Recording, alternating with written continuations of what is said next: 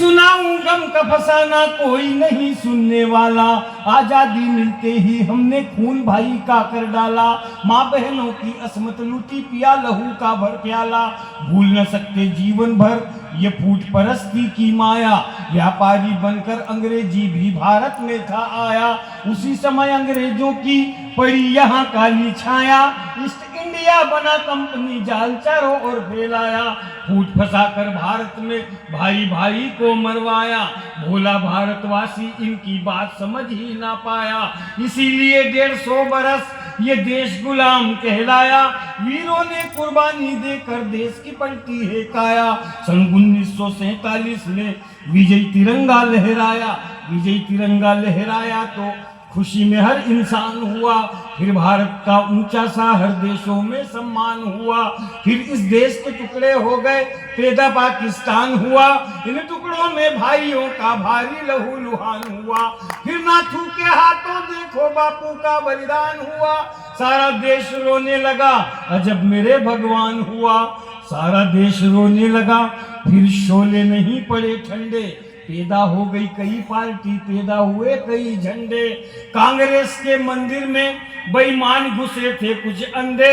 और देश पे जो कुर्बान हुए उनकी माता बीने कंडे। नोटों में ये वोट खरीदे, चढ़कर बैठे कुर्सी पर। ये नाटक अब नहीं चलेगा, दाग लगे हैं कुर्सी पर। कुर्सी की कथा के मामले में 4 पंक्ति कहता हूँ कि किसी को कुछ काम है ही नहीं और बैठे सब काम से। कुर्सियां खुद रो रही बैठने वाले के नाम से। मैंने सुनी कुर्सियों को रोते देखा है, जो उठ के गया उसके पाप को धोते देखा है। जो जिस कुर्सी पे बैठा है वहीं से इस देश को खा रहा है। इस देश को नरेंद्र मोदी के रूप में भोलेनाथ चला दिया। क्या बात, वाह वाह। अब ऊपर का ईमानदार है, नीचे के हैं बेईमान, तो क्या करे बेचारा हिंदुस्तान। मेरी बात सुनो। ऊपर के हैं। हाँ, अब मैं निवेदन से एक बहुत अच्छी बात कहना चाहता था। हिंदुस्तान में पक्ष है विपक्ष है, लेकिन अपने घर में भी एक अतिथि का कक्ष है। आज भारत की राजनीति की जो दशा और दिशा है उसमें मैं 2 पंक्ति कहना चाहता हूँ कि विपक्ष को ये पता ही नहीं है कि प्रधानमंत्री के पद तक जाने का रास्ता कौन सा है। इनको रास्ता ही नहीं मालूम है प्रधानमंत्री बनने के, वहां जाने का। ये इतने बिखर चुके हैं नीचे। जबकि देश में पक्ष भी होना चाहिए, विपक्ष भी होना चाहिए, दोनों पक्षों की बात होना चाहिए। मेरा निवेदन है, क्योंकि अपन इस देश के हैं, सभी प्रधानमंत्री बन नहीं सकते, सभी नेता बन नहीं सकते, सभी मंत्री बन ही नहीं सकते, सभी सरकार चला नहीं सकते। मगर तुम्हारे राजस्थान का एक निर्दलीय भारत में छा गया। बाड़मेर का है कोई रविंद्र सिंह भाटी, क्या है नाम बेसर। हाँ हाँ, रविंद्र सिंह। वाह यार भैया, बस वो तू ही बन जा बस। तेरे में जोश देखा।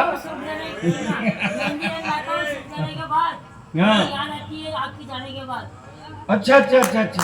तो भैया देखो, मैं तो है ना, जो चीज आप YouTube खोल लेना, कभी शिव शैलेंद्र यादव बोल लेना, मेरे सब प्रोग्राम आपको आ जाएंगे, मिल जाएंगे।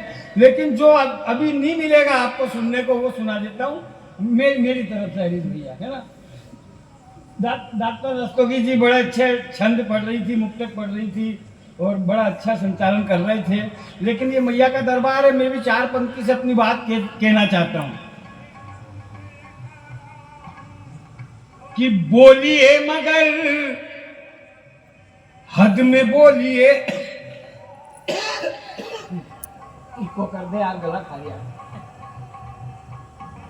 कि बोलिए मगर हद में बोलिए, ये प्यार नहीं है जरा मद में बोलिए।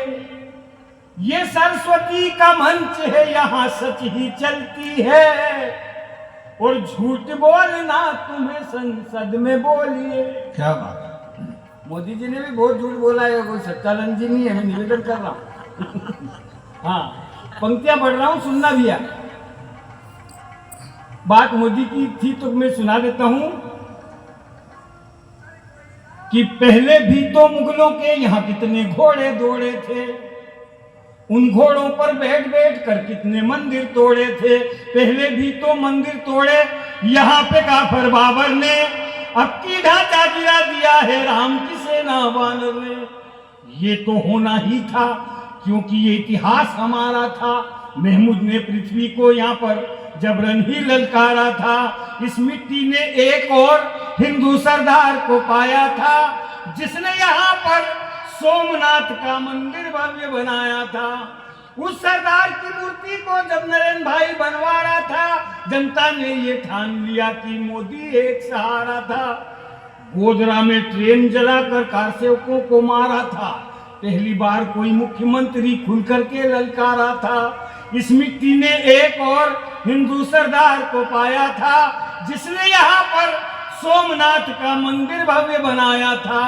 उस सरदार की मूर्ति को जब नरेंद्र भाई बनवा रहा था, जनता ने ये ठान लिया कि मोदी एक सहारा था। जन के मन को आग लगा दी शेयर के घोटाले ने, जन के मन को आग लगा दी टेलीकॉम घोटाले ने, जन के मन को आग लगा दी कोयले के घोटाले ने, और शहजादे को धूल चटा दी चाय बेचने वाले। क्या बात है, वाह वाह वाह वाह। लाल किले से मोदी ने जब तिरंगा फहराया है, पाक यहाँ थर्राया, देखो चीन यहाँ घबराया है।